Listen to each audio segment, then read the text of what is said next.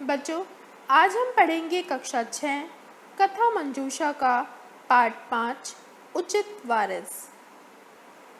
बच्चों, रामू अपनी माँ और भाई बहनों के साथ गांव में रहता था। उसके पिता शहर में किसी सेठ के यहाँ माली का काम करते थे। उसके पिता के सेठ जी बहुत दयालु व्यक्ति थे। सेठ जी के पास बहुत धन दौलत थी। वे रामू और उसके भाई बहनों के लिए कपड़े भिजवाते थे।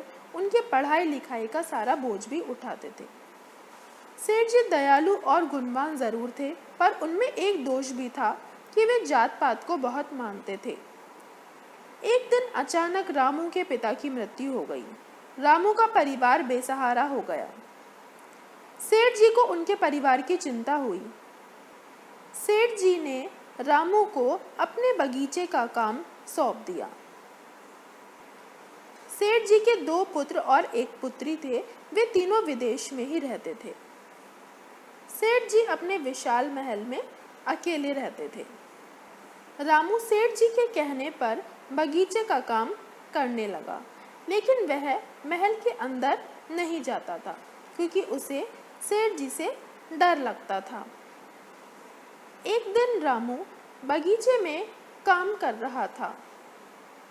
रामू ने सेठ जी से पूछा कि क्या वह उनको दादाजी कह सकता है। सेठ जी ने रामू को दादाजी कहने की इजाज़त दे दी और वह बहुत खुश हुआ।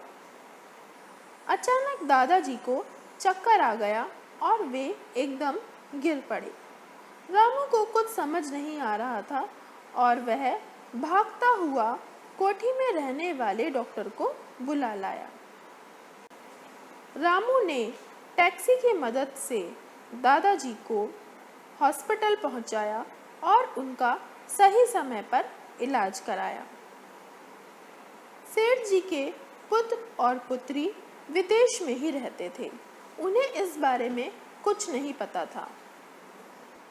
अस्पताल में दादाजी का बहुत अच्छा इलाज हुआ और दादाजी बिल्कुल ठीक हो गए। दादाजी प्यार से बोले, पगले चल मुझे कमरे तक पहुंचा। रामू दादाजी को सिर झुकाकर उनके बिस्तर तक ले गया। दादाजी बोले, बेटा मुझे डॉक्टर ने सब कुछ बता दिया। यदि तुम डॉक्टर को बुलाकर ना लाते और वह डॉक्टर मुझे इंजेक्शन ना देता तो आज मैं जिंदा ही नहीं होता। तुमने मुझे सही समय पर अस्पताल पहुंचाया, इसी वजह से आज मैं जिंदा हूँ।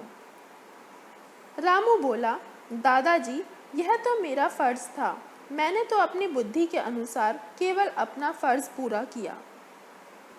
दादाजी बोले, बेटा आज की दुनिया में कितने लोग अपना फर्ज पूरा करते हैं। दादाजी रामू को गले लगाकर रो पड़े और उन्होंने उसे अपनी संपत्ति का वारिस बना दिया। दादाजी और रामू प्रेम पूर्वक महल में रहने लगे। सारी संपत्ति रामू के नाम हो गई। तो बच्चों, आपने देखा कि यदि हम निस्वार्थ भाव से कोई कार्य करते हैं तो हमें उसका फल भी अच्छा मिलता है और जाति पाति के भेदभाव में कुछ भी नहीं है। आशा करती हूँ बच्चों आपको यह कहानी अच्छी लगी होगी। धन्यवाद।